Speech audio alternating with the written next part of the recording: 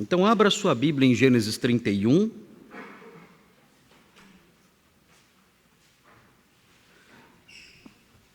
Nós estamos estudando os versículos 1 a 16 de Gênesis 31.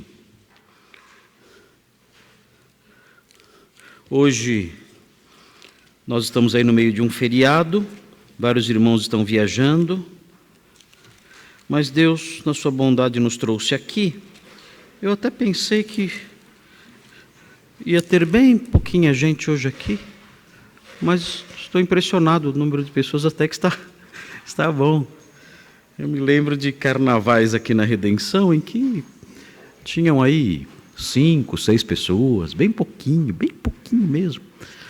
Isso há muitos anos atrás. E às vezes até pensava, será que vale a pena, né, fazer os cultos no carnaval? Porque todo mundo vai viajar e a gente fica aí sozinho quase, né? Mas nós nunca cancelamos, sempre continuamos fazendo, né?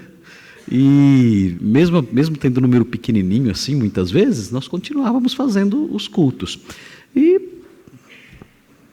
Deus sabe os resultados disso ao longo dos anos aí. Mas agora parece que nos últimos tempos, eu acho que os irmãos estão sem dinheiro para viajar, e isso é uma bênção, né? Uma bênção, Senhor, arranca o dinheiro desse povo mesmo, é para que ninguém viaje e venha para a igreja, né? E acho que Deus está agindo dessa forma aí.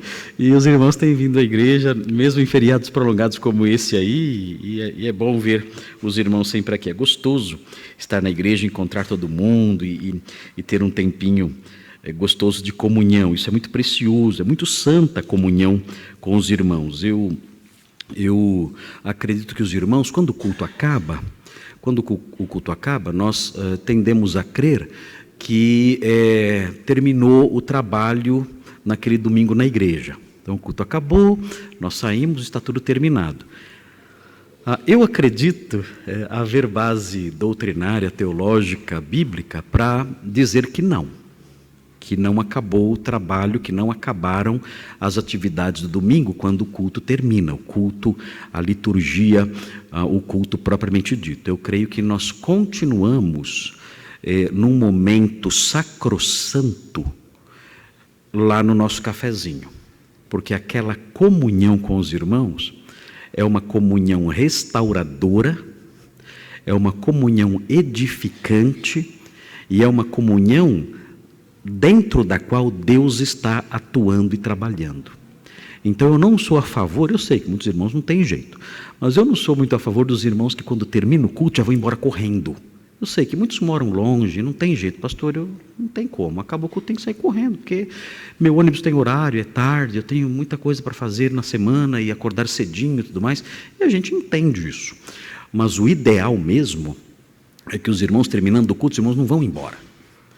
Que os irmãos tenham a consciência de que o ajuntamento dos crentes em si já é um ambiente, um fator de santificação, de crescimento e de comunhão abençoada por Deus.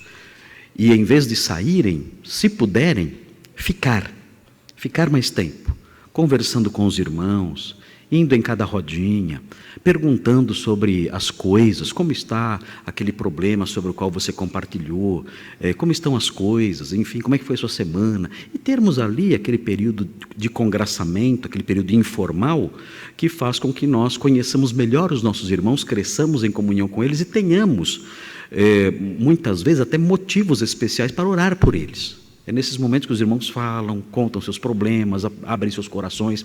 Isso é muito importante, isso é muito bom.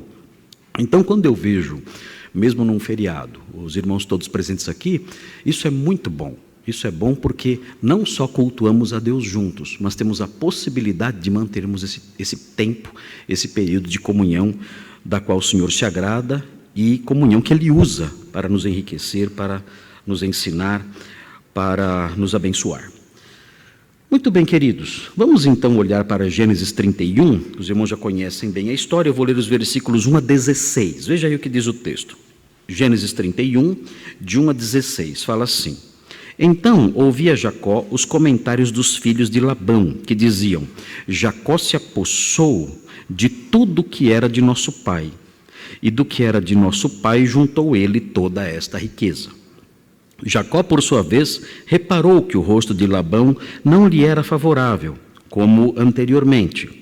E disse o Senhor a Jacó: torna a terra de teus pais e a tua parentela, e eu serei contigo. Então Jacó mandou vir Raquel e Lia ao campo para junto do seu rebanho e lhes disse: vejo que o rosto de vosso pai não me é favorável como anteriormente, porém o Deus de meu pai tem estado comigo.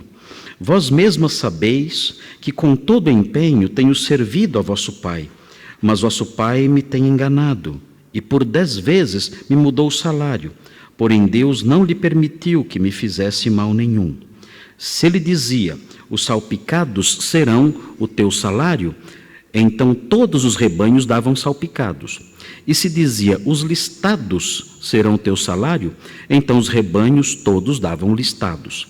Assim Deus tomou o gado de vosso pai e mo deu a mim. Pois chegado o tempo em que o rebanho concebia, levantei os olhos e vi em sonhos que os machos que cobriam as ovelhas eram listados, salpicados e malhados. E o anjo de Deus me disse em sonho: Jacó. Eu respondi: eis-me aqui. Ele continuou: levanta agora os olhos e vê que todos os machos que cobrem o rebanho são listados, salpicados e malhados, porque vejo tudo o que Labão te está fazendo. Eu sou o Deus de Betel, onde ungiste uma coluna, onde me fizeste um voto. Levanta-te agora, sai desta terra e volta para a terra de tua parentela. Então responderam Raquel e Lia e lhe disseram: há ainda para nós parte ou herança na casa de nosso pai? Não nos considera ele como estrangeiras? Pois nos vendeu e consumiu tudo o que nos era devido. Porque toda a riqueza que Deus tirou de nosso pai é nossa e de nossos filhos. Agora, pois, faze tudo o que Deus te disse. Esse é o texto que temos estudado, e os irmãos se lembram, nós começamos esse estudo já, acho que há 2 semanas, já fizemos 2 análises, 2 sermões sobre esse texto aqui, e os irmãos devem se lembrar que nós dividimos esse texto, como é nosso costume, para efeito didático, nós dividimos esse texto em 3 partes. E a primeira parte mostra as motivações de Jacó. Jacó queria fugir da casa de Labão. Labão não deixaria que ele fugisse, a não ser que ele fugisse sozinho, sem a família e sem os rebanhos. Mas ir embora, levando a sua família, suas esposas, seus filhos e os rebanhos dele, Labão não deixaria que isso acontecesse, conforme nós aprendemos na sequência da leitura. Então Jacó sabia disso e planejou então fugir. Então nós temos nesse texto todo o planejamento de Jacó para fugir de Labão e voltar para a terra de Canaã, a terra de onde ele saiu, a terra da promessa, a terra dos seus ancestrais. E vemos a aprovação de Deus e até, na verdade, a orientação de Deus nesse sentido. E nós estudamos então, vendo o capítulo 31, nós estudamos as motivações de Jacó, por que Jacó queria ir embora. E nós estudamos isso vendo os versículos 1 a 3. E os irmãos acompanharam a exposição dos versículos 1 a 3, quando nós apontamos as motivações de Jacó para fugir. E aprendemos isso e falamos bastante sobre esses 3 versículos, fizemos algumas reflexões morais, algumas digressões, visando fazer com que o texto se tornasse um texto relevante para a nossa realidade de hoje. Fizemos isso, estudamos isso, e foi gostoso compartilhar essas coisas com os irmãos, muito instrutivo, inclusive para mim, compartilhar essas coisas para os irmãos. Depois, nós partimos para a segunda parte do texto. A primeira parte trata das motivações de Jacó. A segunda parte vai do versículo 4 até o versículo 13. E essa parte, do versículo 4 ao versículo 13, é uma parte que trata das justificativas de Jacó. O que ele fez? Ele chamou suas esposas ao campo para conversar com elas, suas 2 esposas. Ele tinha 2 esposas e 2 concubinas.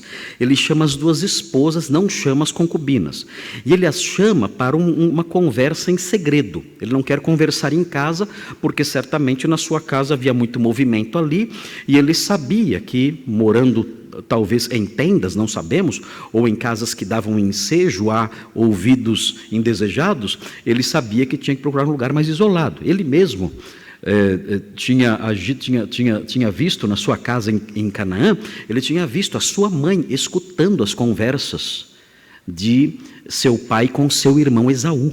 Ele tinha testemunhado isso. A mãe dele, Rebeca, escutava as conversas de Isaque com Rebeca. Então ele deve ter se lembrado disso. Ele sabia que conversar em segredo com as esposas em casa poderia não ser algo tão em segredo assim. Então por isso ele as chamou ao campo. Lá no campo só as ovelhas estariam ouvindo. E não teria problema, a ovelha não fala. Enfim, ele estaria lá e poderia inclusive mostrar para as suas esposas, tentando convencê-las, mostrar o quanto Deus estava abençoando, dizer a elas: olha, venham comigo, porque vejam de que lado Deus está.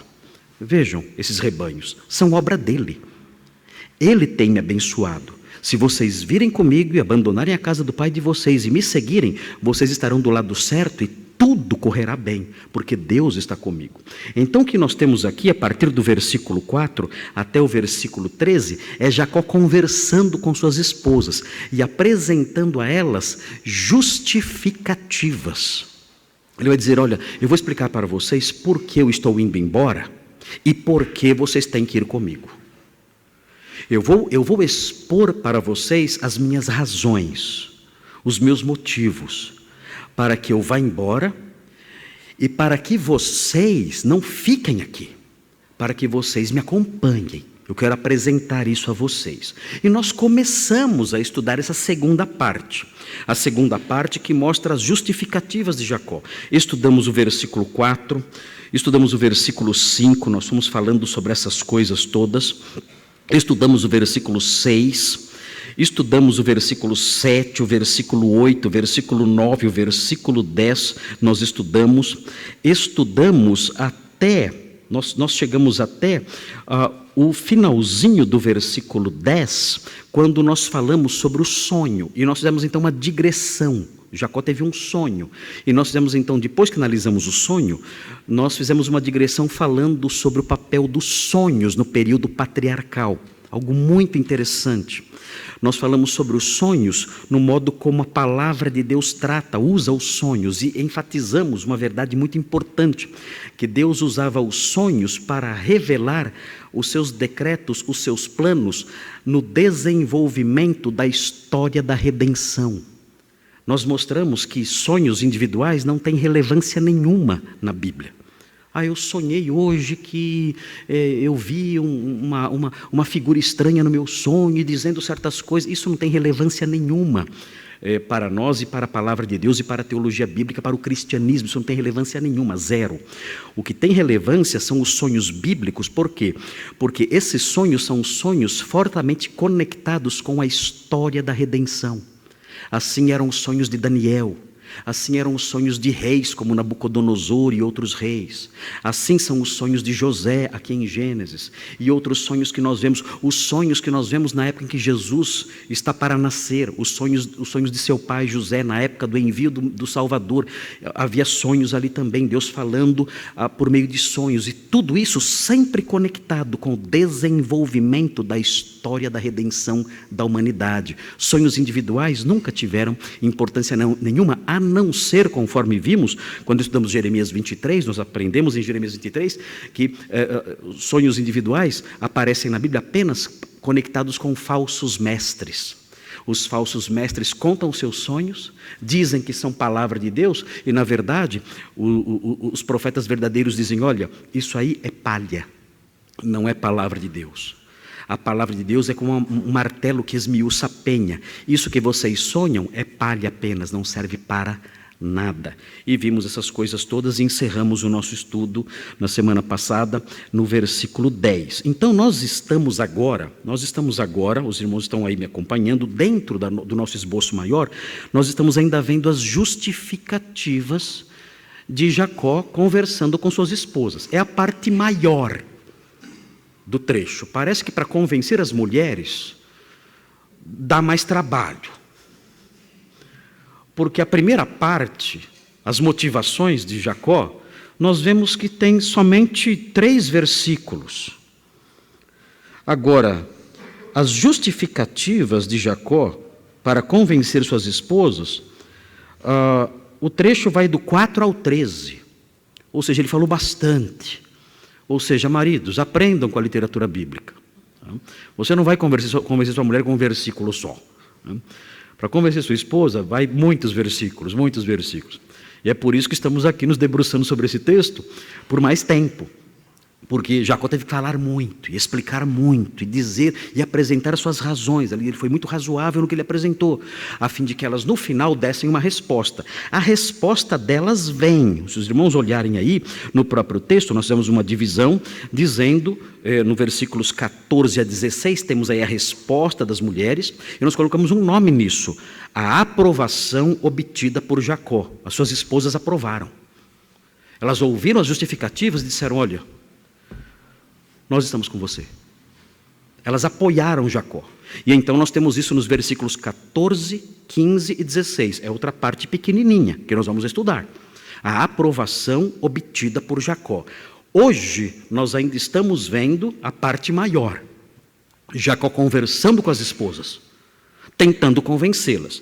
Ele apresenta as justificativas, são justificativas realmente corretas e aceitáveis. A primeira delas é a seguinte: eu sou odiado sem motivo, ele diz para elas.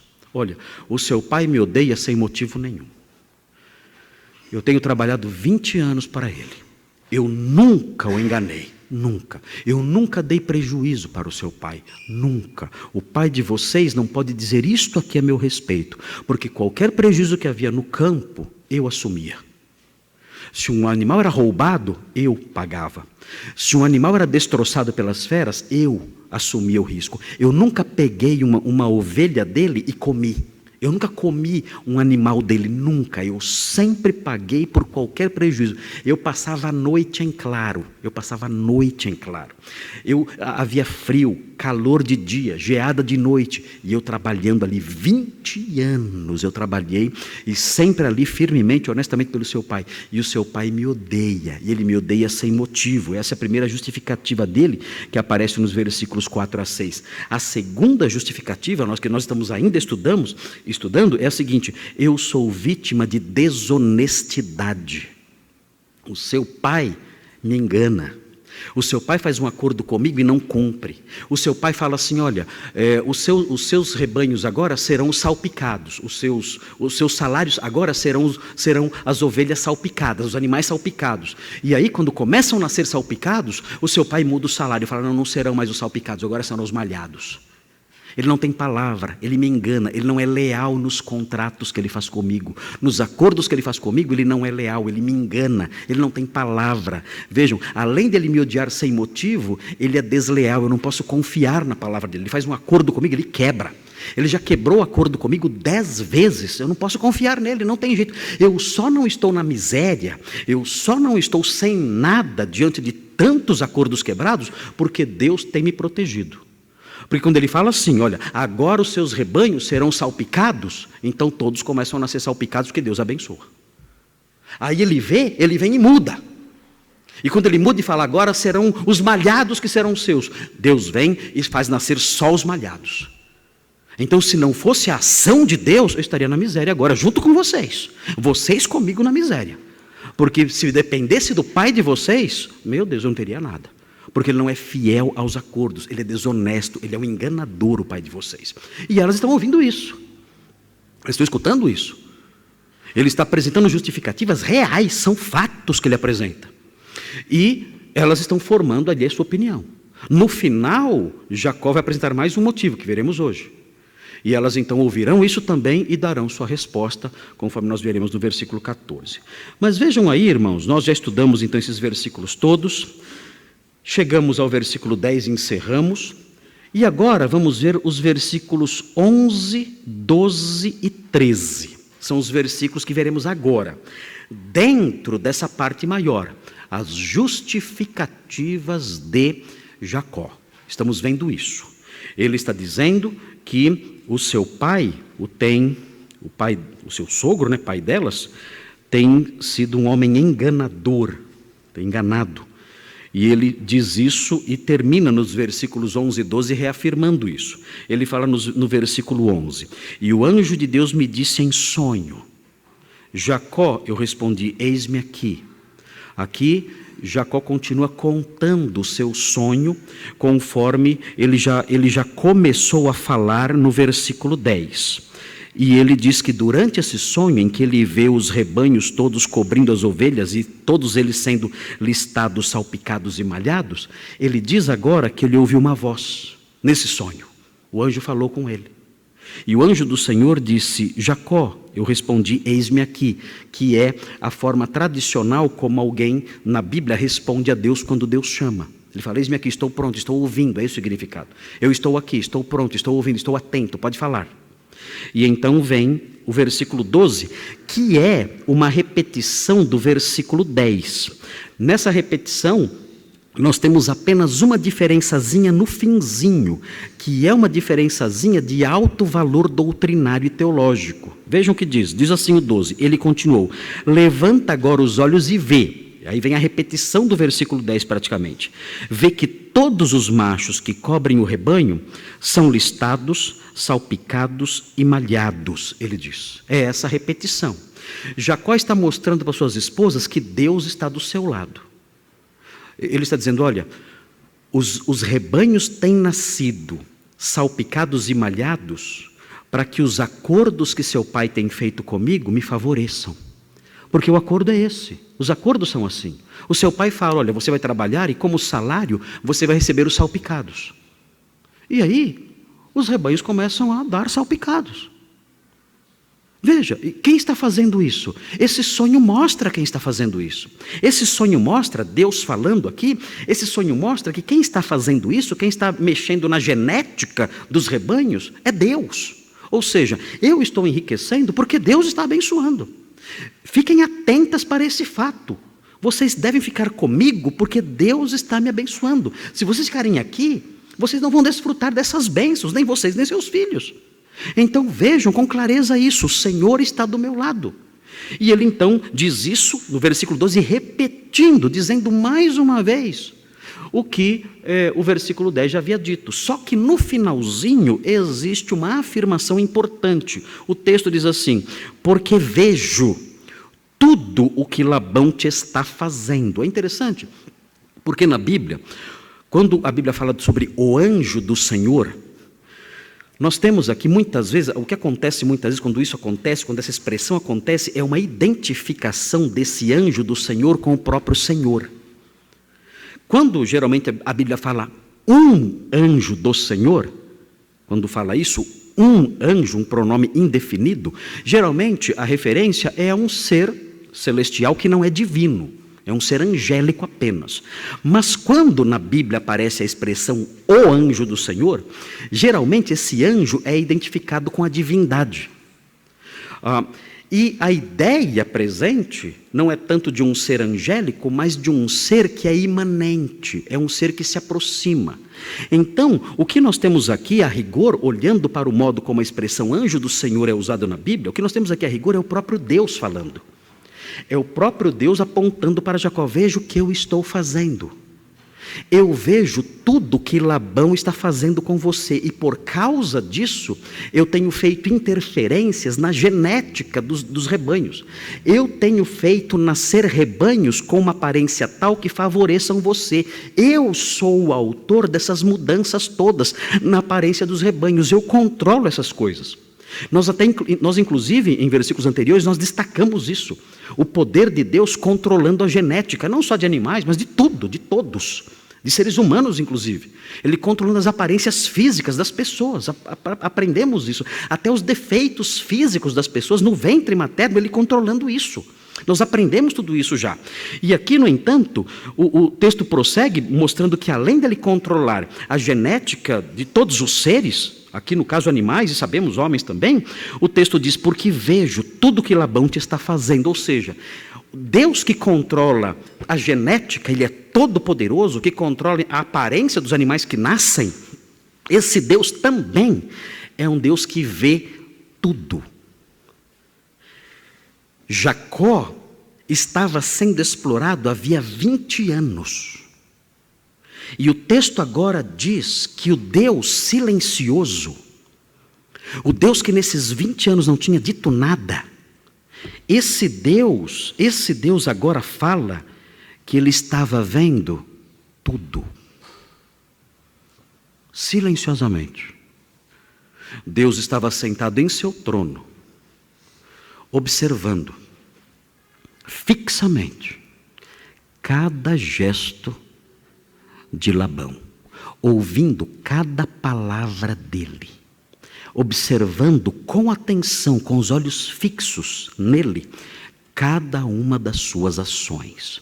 Então, o que nós temos aqui, nessa última frase desse versículo, do versículo 12, é algo que deve engendrar nos leitores um alto grau de temor e de autovigilância, porque nós nunca estamos sós. Nós nunca estamos numa condição de total isolamento. Nós nunca estamos numa situação em que nós não estamos sendo observados. Nunca. Isso nunca acontece. Nós sempre estamos sendo observados. E sendo observados não só pela nossa própria consciência, por nossos próprios olhos. Nós estamos sendo observados pelo Senhor de toda a terra 24 horas por dia. E ainda que Ele não faça nada em face das injustiças que nós cometemos, nós temos que nos lembrar que essa sua observância, que essa sua observação dos nossos atos, não é algo que o faz agir de imediato. É importante extrairmos da Escritura uma lição como essa. Deus observa os males que alguém faz por 20 anos e até mais, sem fazer nada. O que não significa esse seu silêncio por 20 anos, essa sua observação silenciosa por 20 anos, essa sua observação inerte por 20 anos, não significa que Ele nunca fará. O que nós temos no capítulo 31 agora aqui é Deus se levantando e dizendo: agora é hora de acabar com essa exploração. Chega, agora Labão não vai mais explorar Jacó. Eu já me levantei, já comecei a interferir na aparência dos rebanhos, eu já estou protegendo Jacó e já estou lançando Labão na pobreza, na miséria. Ele está perdendo toda a sua fortuna. Eu já estou agindo, porque eu fiquei anos e anos só observando. Agora não. Agora eu começo a agir. Então essas coisas nos ensinam realidades sobre Deus que nos servem como admoestação e consolo. Aqueles que fazem o mal em segredo, lembrem-se, o seu mal não é feito em segredo. E aqueles que fazem o mal em segredo por muito tempo e se sentem seguros porque fazem o mal em segredo há muito tempo, não se enganem. Essa inércia de Deus não é para sempre. Um dia Ele se levanta e age. E aqueles que sofrem o mal e acreditam que Deus está vendo e não faz nada, descansem. Descansem, porque o Senhor um dia se levantará e agirá. O Senhor punirá todo o mal, todo, aqui ou um dia na sua presença. Mas nada passará em branco, nada. É interessante observar isso, os irmãos olharem, vejam como isso acontece em Êxodo capítulo 3. É muito rica a teologia de Gênesis. A teologia de Gênesis é muito instrutiva e nós temos que beber dela para que a nossa conduta seja uma conduta mais santificada. Quando eu sei que há alguém me observando o tempo todo, isso determina o meu comportamento. Deus está vendo tudo que eu faço. Deus se assenta ao meu lado enquanto eu assisto televisão. Ele se assenta ao meu lado, Ele assiste comigo. Ele me assiste enquanto eu assisto. Ele me vê. Ele vê o que eu estou vendo. Ele lê o que eu estou lendo. Ele ouve as minhas conversas. Ele está presente na sua casa. Ele está presente na sua cozinha, no seu quarto, na sua sala. Ele está ali. Ele é um hóspede silencioso, presente ali, andando ali, circulando ali, no meio do seu povo, no meio de tudo, vendo tudo, com os olhos fixamente voltados para tudo que você faz. E o que é mais aterrador é perceber, a partir de outros textos, que Ele não vê somente as nossas mãos. Ele não vê somente os nossos olhos, nossos pés, os movimentos corporais que fazemos, as palavras que dizemos, não. Ele também vê os movimentos do nosso pensamento. Ele vê isso também. Ele conhece os propósitos do nosso coração, os intuitos do nosso coração. Ele avalia tudo. Ele é o juiz de todas as coisas. E Ele avalia tudo com verdade. Não são percepções vagas, não. Ele conhece intensamente tudo. E isso determina o meu modo de viver. Isso determina se eu vou ser santo só aqui, em meio aos irmãos, ou se eu vou ser santo quando estou sozinho, no meu quarto, na minha casa. Vejam o que ele diz em Êxodo 3. Vejam, Êxodo 3, versículo 7. Disse ainda o Senhor: certamente vi a aflição do meu povo que está no Egito. Queridos, os que conhecem a história bíblica aqui, quanto tempo durou a aflição do povo de Deus no Egito? Quem sabe? Quanto? 400, cerca de 400 anos. E durante meus irmãos, você tem ideia do que é 400 anos? 400 anos. Deus ficou durante 400 anos. Assim, ó. As pessoas brincam comigo, falam que eu faço muito isso. Ficou assim. Deus ficou assim, 400 anos. Olhando, observando. O texto diz: eu vi a aflição do meu povo que está no Egito, e ouvi o seu clamor por causa dos seus exatores. 400 anos, vendo e ouvindo. 400 anos. No final disso, ele fez o quê? Se levantou. Agora eu vou agir de conformidade com o que eu vi e de conformidade com o que eu ouvi. Mas só agora. Agora. Chegou a hora de agir. Agora é o momento que eu vou agir. Depois de 400 anos. Vejam o que diz. É interessante também observar o Salmo 11. Nós aprendemos com essas coisas. Nós vamos nos enriquecendo com isso, sabendo: ah, Senhor, o Senhor não está vendo o que eu estou passando na minha casa? O Senhor não está vendo o que estão fazendo comigo no meu trabalho porque eu sou crente? O Senhor não está vendo a injustiça que eu estou sofrendo porque eu sou fiel ao Senhor? Ele está vendo. E por que não age? Ele pode talvez querer agir só daqui 400 anos. Não sei. E se ele agir daqui 400 anos, ele é sábio, justo e bom. Ele é sábio, justo. Gerações e gerações morreram debaixo da opressão dos egípcios. E ele só ouvindo e vendo. Ele age quando ele quer. Mas um dia, ele age. Vejam o que diz, é interessante isso, Salmo 11, 4. Eu olho essas coisas e isso tem um valor gigantesco para a minha vida individual, pessoal, devocional, porque engendra no meu coração uma visão de Deus extremamente saudável no que diz respeito ao cuidado que eu devo ter na minha conduta. O texto diz assim: o Senhor, Salmo 11, 4, está no seu santo templo, falando aqui sobre a sua habitação celeste. Ele está lá no seu santo templo. Nos céus tem o Senhor o seu trono. Aqui no paralelismo que aparece aqui, ele define o templo como o céu. O céu, no céu tem o Senhor o seu trono. E vejam, os seus olhos estão atentos. As suas pálpebras sondam os filhos dos homens. Não dá um medinho isso aqui? Não dá um medinho? É para dar. É para dar. Isso aqui foi escrito, o salmista escreveu isso para nos alertar, para engendrar em nós temor. O Senhor está vendo tudo o que fazemos. Vire as páginas da Bíblia, veja o texto de Provérbios. Provérbios no capítulo 15, versículo 3. É essa teologia de uma onipresença silenciosa. É uma onipresença silenciosa, mas ativa, atenta. Deus não está presente, só presente, vagando pelo espaço que temos aí, não. Ele está presente observando. É uma onipresença atenta. É uma onipresença observadora, ele vê tudo. Vejam o que diz Provérbios 15, 3. Os olhos do Senhor estão em todo lugar. Todo lugar. Ele está nos vendo agora. Ele está nos vendo agora. Os olhos do Senhor estão em todo lugar, contemplando os maus e os bons. Vejam esse verbo, contemplando.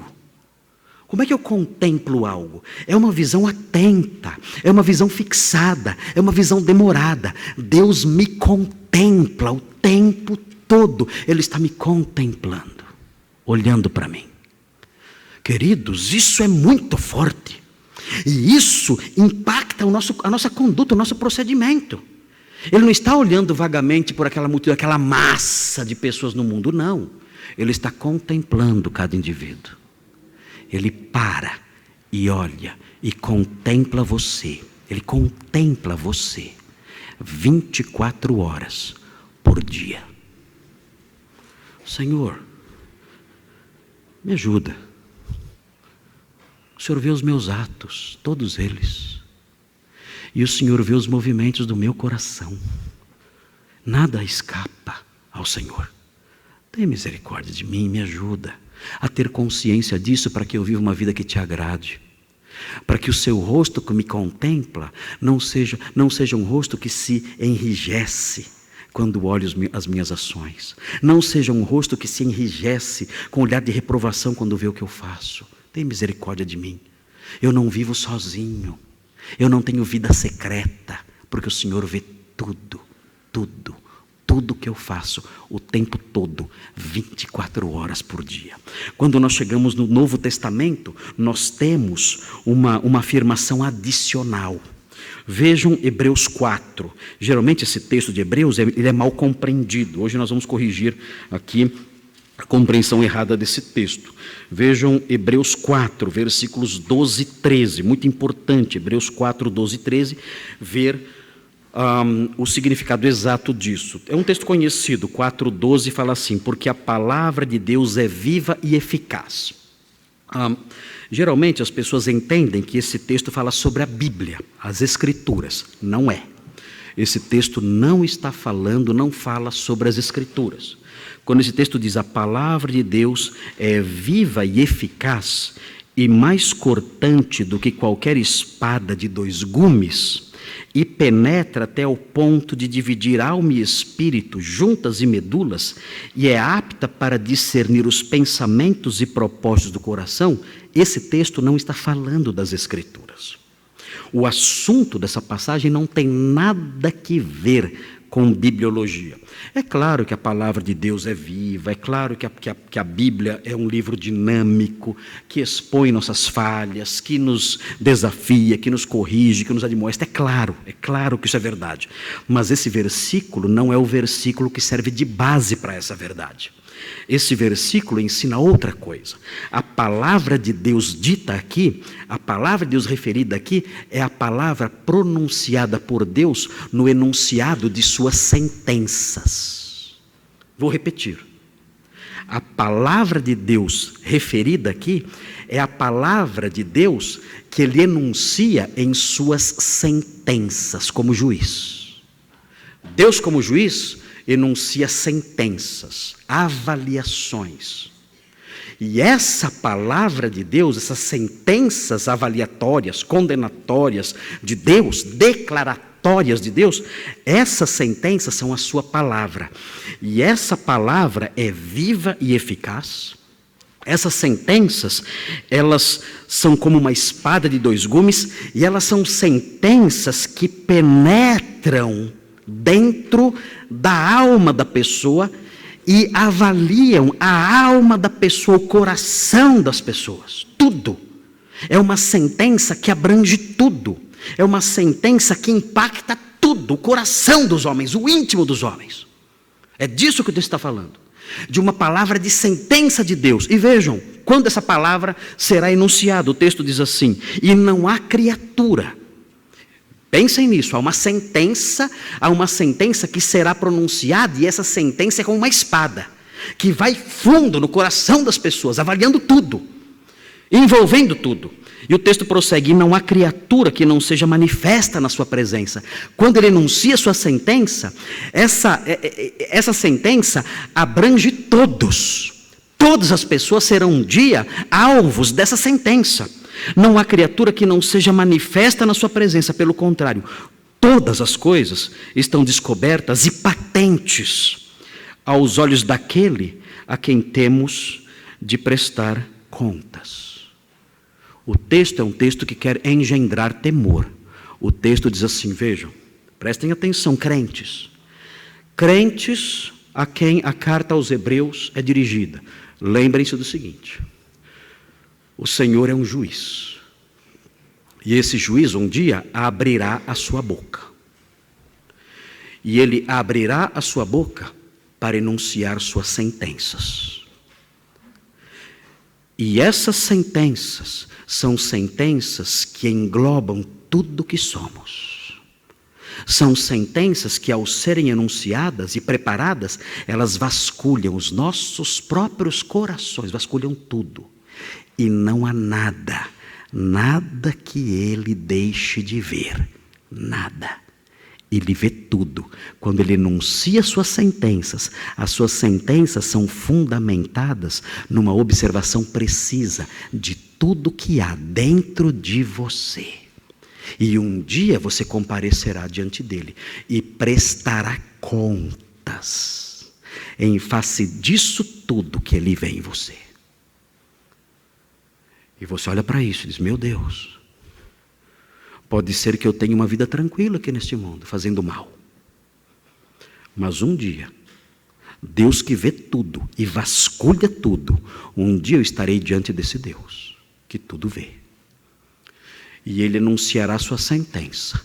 E essa sentença será uma sentença que revelará a profundidade do seu alcance, chegando a analisar até mesmo os segredos mais escondidos, os segredos mais profundos do coração de alguém. Nada escapará da sua análise. Nada. Alguém pode dizer, então, nós não estamos seguros. Então nós vamos tudo para o inferno.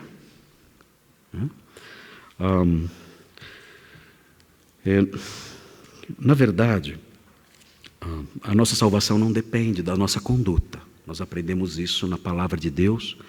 Aprendemos que a nossa salvação depende da graça de Deus e é pela fé em Jesus, não é pelas nossas obras. Mas é curioso, hoje estava conversando com os alunos da classe de novos membros e nós estamos estudando escatologia juntos. É tão gostoso da escatologia, todo mundo gosta de escatologia, né? E estamos estudando ali o que a nossa igreja ensina acerca das últimas coisas, um estudo bem breve sobre esses assuntos, e falamos sobre o céu e tudo mais, e outros fatores ligados aí à nossa esperança futura.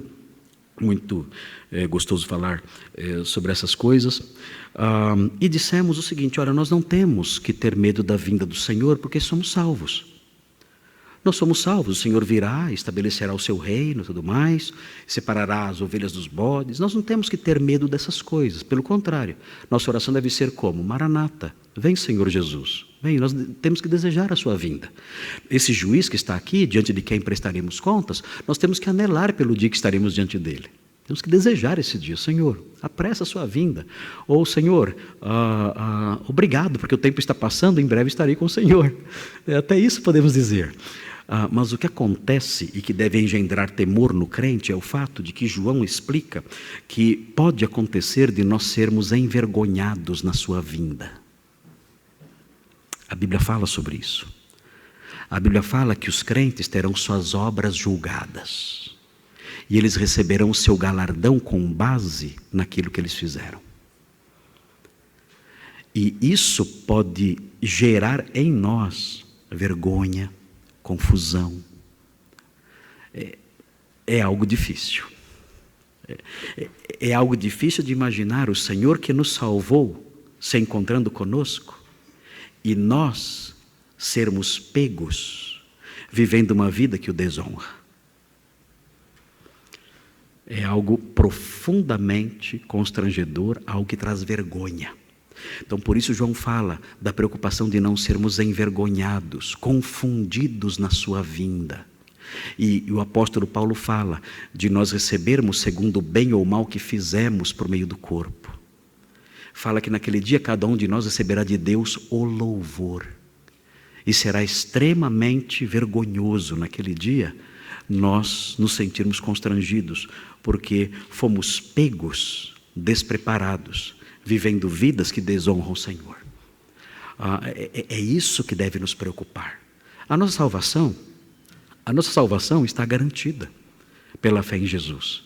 Mas a Bíblia fala que aqueles que, como crentes, praticarem o mal, naquele dia serão salvos.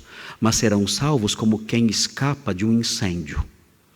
Ou seja, entrarão no céu sem levar nada.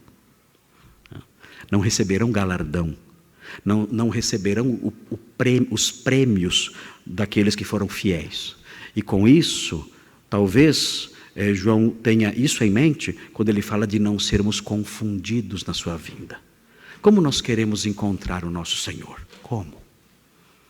Nós queremos encontrá-lo serenos, tranquilos, e ouvir dele aquela frase maravilhosa: servo bom e fiel. É isso que nós queremos. Servo bom e fiel. Você combateu o bom combate. Você acabou a carreira. Acabou. Que maravilhosa carreira. Você guardou a fé.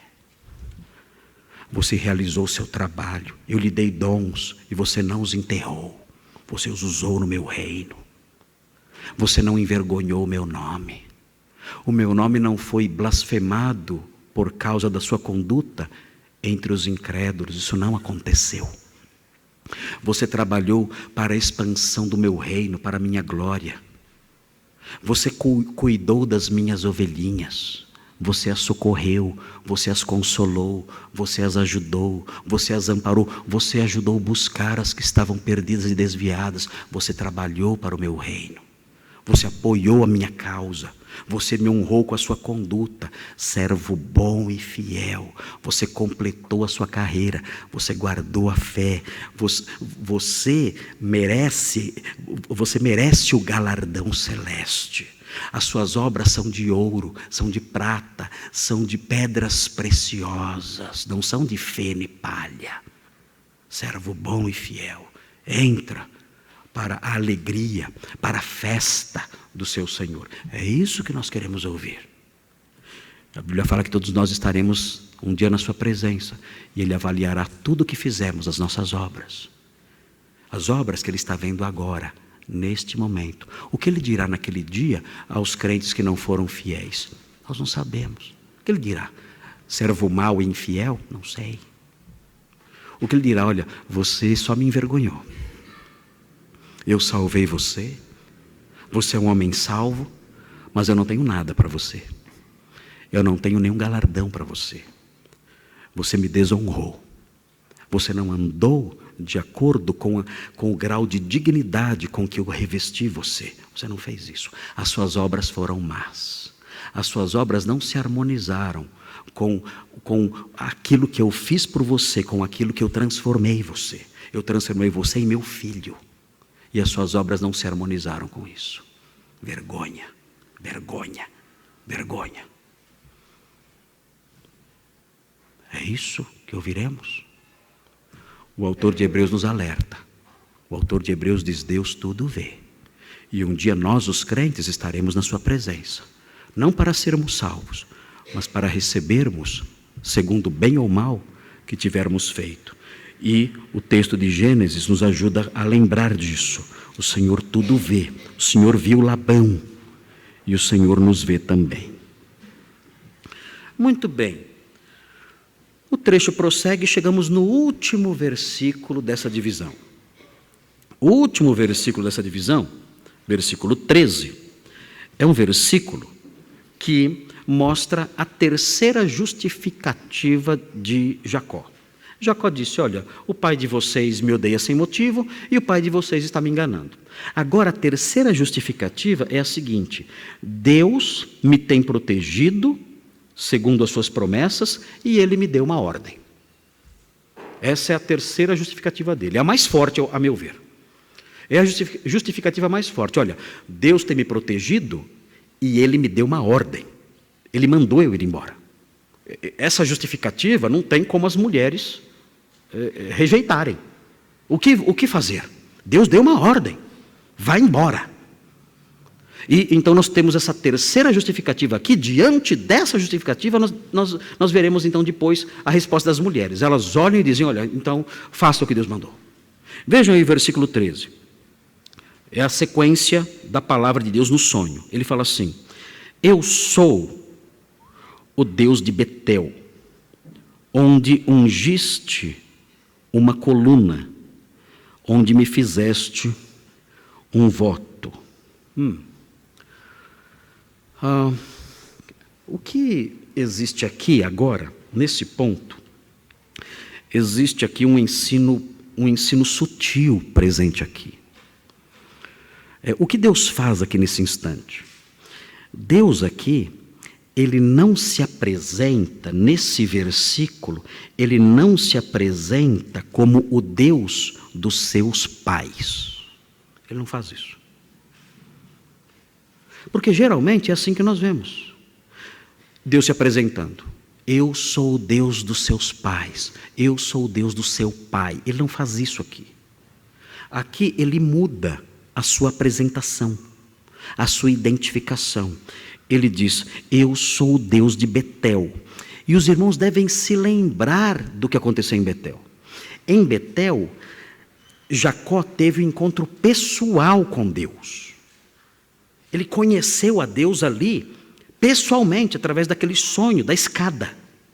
E ali Deus fez promessas para ele, não para os pais dele, para ele. E ali ele fez uma aliança, ele fez um pacto com esse Deus. Então em Betel, o Deus dos pais se tornou o Deus do filho Jacó. Então aqui, nesse trecho, no versículo 13, Deus está recordando Jacó sutilmente de que ele não é o Deus dos pais dele apenas. Ele é o Deus dele próprio. E isso é importante notar aqui. E como ele mostra que ele é o Deus dele próprio, ele diz, eu sou o Deus de Betel. Aquele Deus que apareceu não para o seu pai Abraão, não para o seu pai Isaque, aquele Deus que apareceu para você. Betel tem algo que ver com você. Betel não tem nada a ver com Abraão e com Isaque. Betel tem algo que ver com você. Eu sou o seu Deus. O Deus que você conheceu. Eu sou o Deus de Betel, onde você ungiu uma coluna. Eu não sou mais apenas o Deus dos seus ancestrais. Eu sou o Deus de Betel, onde você ungiu uma coluna e onde você fez um voto. Você entrou numa aliança comigo e eu fiz promessas a você lá. Eu sou esse Deus agora. Não sou mais apenas descrito como Deus de Abraão e de Isaque e dos seus antepassados. E esse fator é muito importante aqui, porque deve haver um momento, e aqui é importante dizer isso, especialmente para os jovens que estão aqui. Irmãos, nós estamos vivendo uma época em que a geração presente, e especialmente a geração dos jovens na atualidade, queridos, é uma geração que tem se distanciado demais da palavra de Deus e da verdade. É algo assustador como nunca visto. É algo aterrador o que está acontecendo. Eu vejo na minha família. O meu avô, vovô Antônio, foi um lavrador no norte do Paraná. Ele se converteu ali debaixo de um pé de café, ele e a Dona Maria. Eram analfabetos. Ouviram o evangelho por meio de um pregador ali chamado Thomas Kings Clarks. Eu achava que esse homem nunca tinha existido. Achava que minha mãe, quando ela teve problemas de demência, ela falava muito esse nome. Eu achava que ela tinha inventado esse nome. Depois eu fui para 1º de Maio e preguei em algumas igrejas ali na região do norte do Paraná. E eu perguntei, existiu algum pastor aqui no passado chamado Thomas Kings Clarks? Eles disseram, o quê? Thomas Kings Clarks? É o nome de um acampamento que tem aqui. Tem um acampamento aqui de jovens que tem esse nome. Acampamento Thomas Kings Clarks. Foi esse homem que batizou minha mãe. O quê? Sério? E contaram as histórias todas da época e tudo mais, e as misérias todas daqueles dias. E foi muito interessante estar lá. Meu avô nessa época ouviu o evangelho. Muitos problemas, geadas terríveis destruindo as lavouras. As pessoas do norte do Paraná, todas fugindo da região, porque grande fome, miséria por causa de uma terrível geada que veio sobre aquela região, e todos foram embora. A terra não valia nada. É pobreza geral. Meu avô, então, nessa época difícil, época terrível, ele teve contato com o Evangelho, conheceu o Evangelho, creu no Evangelho, ele e a minha avó. Tinham 5 filhos, começaram a criar os filhos no Evangelho, todos se converteram. Esses filhos tiveram os netos do meu avô. Eu, claro, entre eles ali, todos os netos crentes, todos. Aí veio a outra geração. Meus irmãos, meus primos.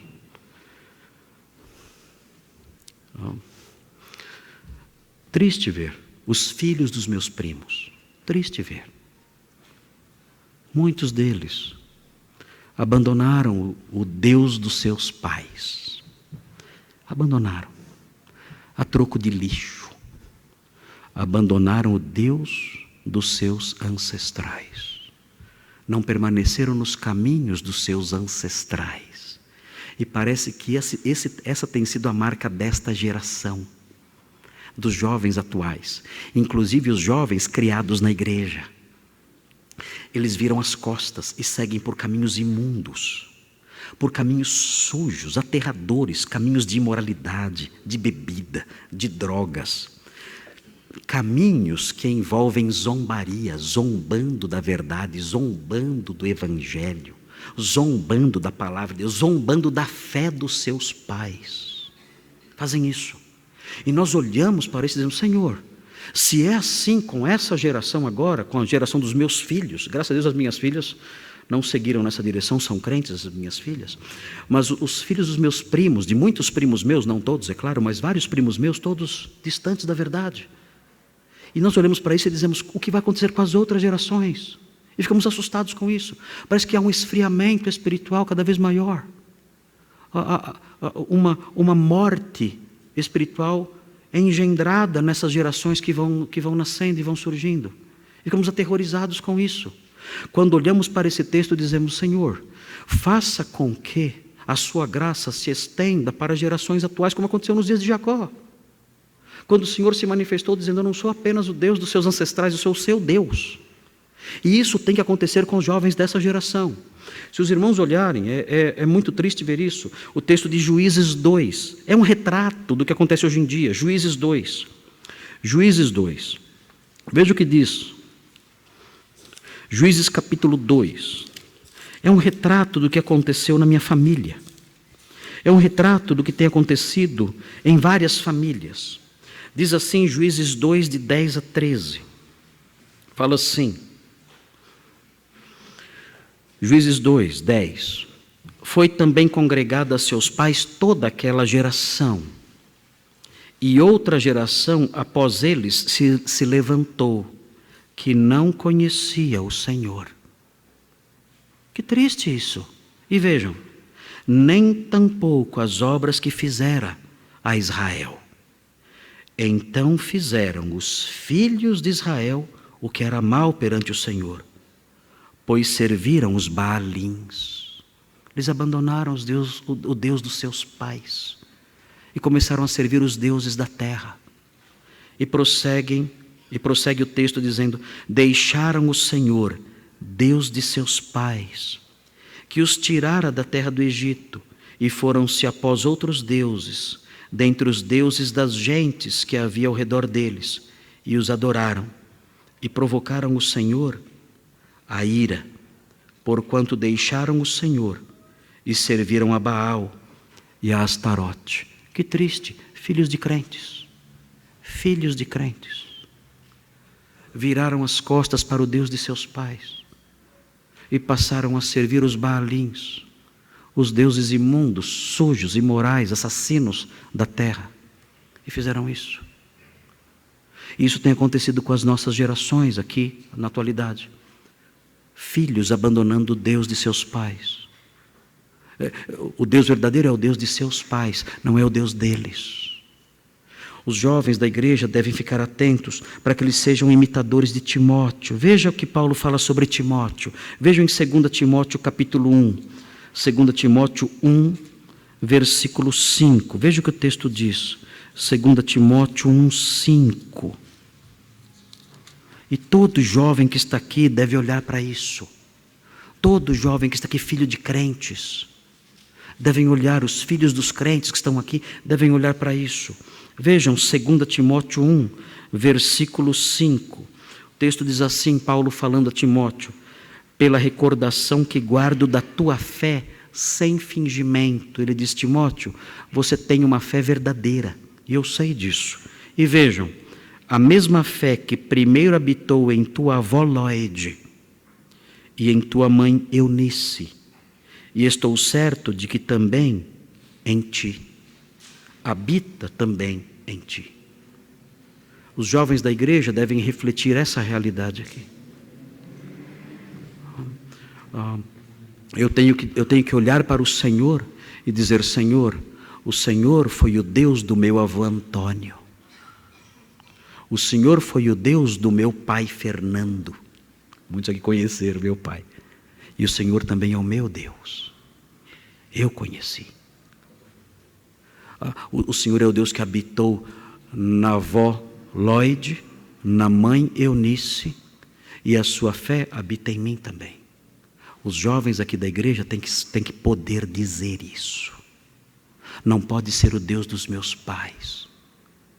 Houve um momento na vida de Jacó em que Deus se apresentou não mais como o Deus do seu pai. Eu sou o Deus de Betel. Você me conhece. Eu sou o seu Deus. E então, ao dizer isso, ao se apresentar como um Deus, o Deus pessoal de Jacó, Deus dá uma ordem urgente. É uma ordem que tem aqui verbos que envolvem urgência. O texto diz, no versículo 13, e os verbos aparecem aqui, são 3 verbos que envolvem urgência. Diz assim: levanta-te agora, é urgente. Sai desta terra, é agora, já, e volta para a terra da tua parentela. É urgente, é já, é agora. Você não pode esperar. Levante-se já e vá. E é isso que Jacó disse para suas esposas: a ordem que eu tenho de Deus, do meu Deus, que não é somente o Deus dos meus antepassados, é o meu Deus. Eu recebi dele uma ordem urgente. Eu tenho que cumpri-la agora. Ele apresentou isso às suas esposas, e as suas esposas darão a sua resposta. Diante dessas coisas que temos falado, eu mencionei aqui a preocupação que os jovens da igreja devem ter.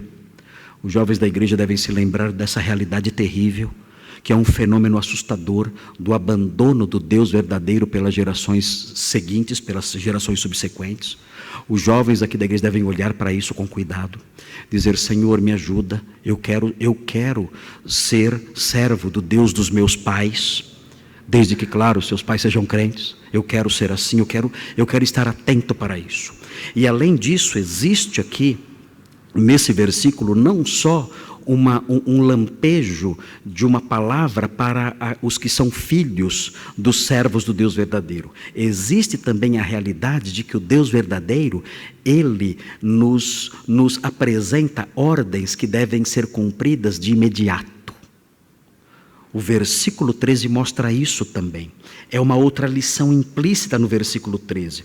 O versículo 13 mostra que há ordens que devem ser cumpridas já, agora, nesse instante. É um exercício da memória tentar descobrir ou lembrar quais são as ordens que Deus dá ao seu povo e que são ordens urgentes. Hoje, Deus deu uma ordem urgente a Jacó, mas ele tem ordens urgentes para o seu povo hoje também. E para isso, para avaliarmos quais são essas ordens urgentes que ele dá ao seu povo hoje, nós temos que usar a nossa lembrança, a nossa memória. Quais são as ordens que Deus hoje dá ao seu povo e que requerem uma obediência, uma resposta urgente. Aqui ele diz: levanta-te agora, sai desta terra, volta para a terra tua parentela. Parece que é um Deus impaciente. Ele quer que obedeçamos, que Jacó obedecesse essa ordem agora, já, imediatamente. Com isso aprendemos de Deus essas coisas. O Senhor muitas vezes é assim. Ele quer que obedeçamos algumas ordens já, agora. Quais? Bem, nós poderíamos vasculhar a Bíblia e tentar descobrir ordens que são urgentes de Deus hoje, agora, para obedecermos já. E isso demandaria bastante tempo. Mas, quando eu estava estudando esse versículo, uma delas me veio à mente, que é uma ordem urgente, que é dirigida aos crentes de hoje, inclusive. E essa ordem, e eu vou encerrar com ela aqui, essa ordem está presente em Apocalipse, no capítulo 3. Há outras, mas essa ordem urgente, que deve ser obedecida depressa, está em Apocalipse, no capítulo 3.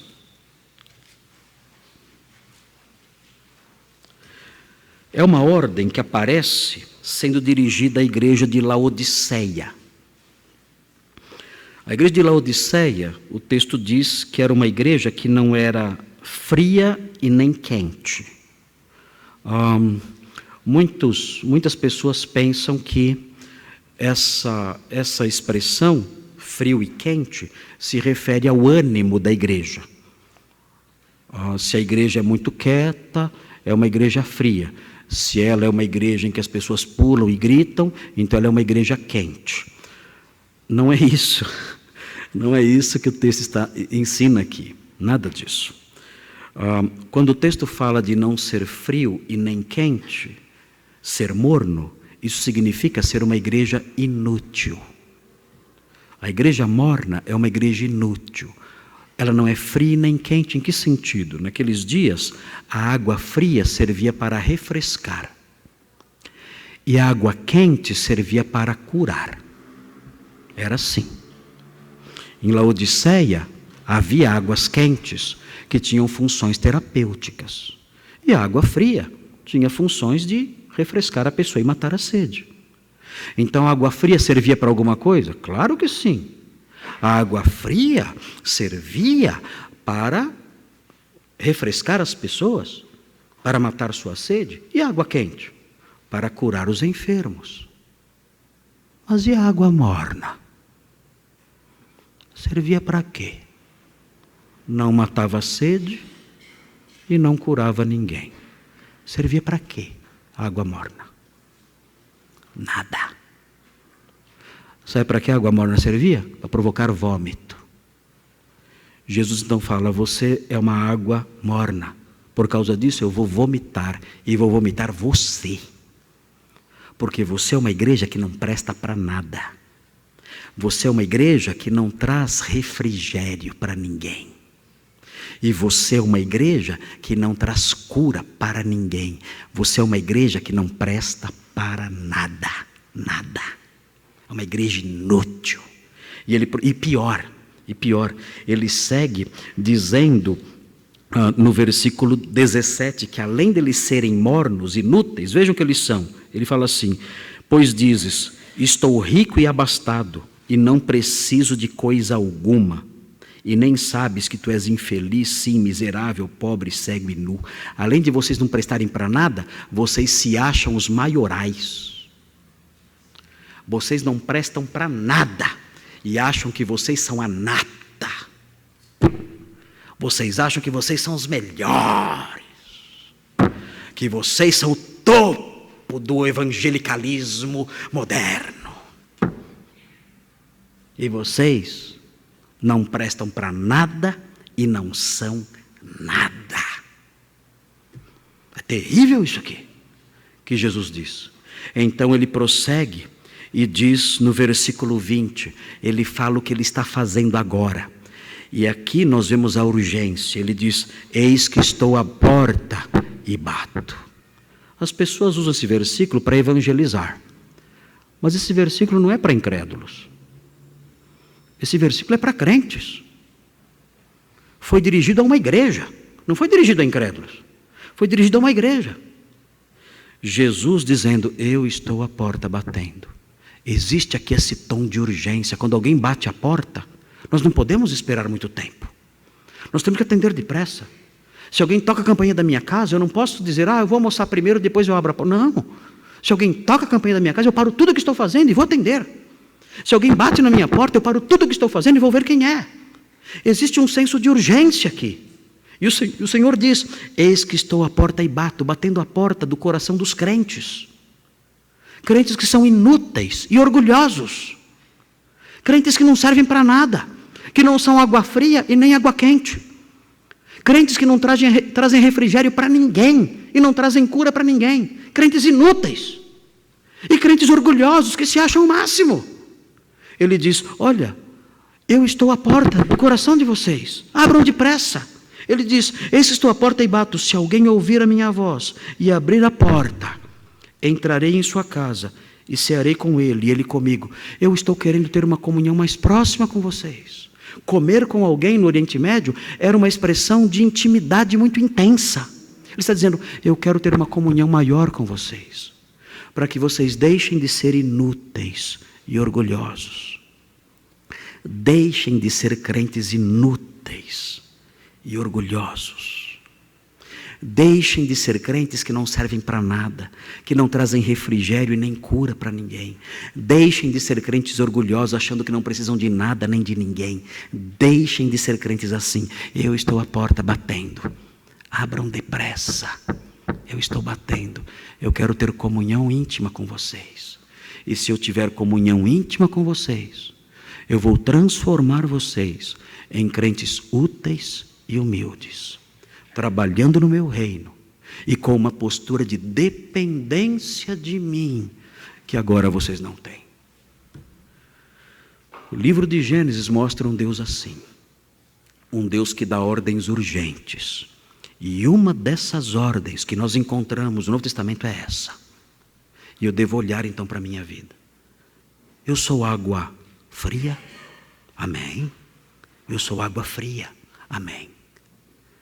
Eu trago refrigério aos irmãos cansados. Eu sou água fria. Eu trago alívio aos sedentos. Eu sou água fria. Amém. Louvado seja Deus por isso.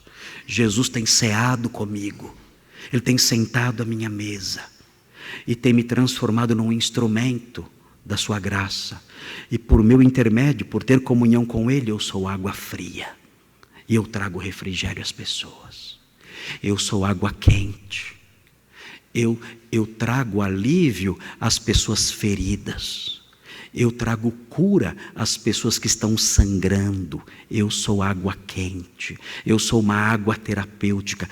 O Senhor Jesus se assenta comigo à minha mesa e eu tenho comunhão com Ele. E por ter comunhão com Ele, eu sou uma água quente. Eu levo cura para as pessoas. Eu faço com que as pessoas feridas se sintam melhor, porque tendo comunhão com Jesus e ceando com Ele, eu sou assim. Eu sou água quente. Amém por isso. Mas talvez você diga, eu sou água morna. Eu não sirvo para nada. Nada. E pior, eu olho para os irmãos e digo, não preciso de ninguém. Meu Deus.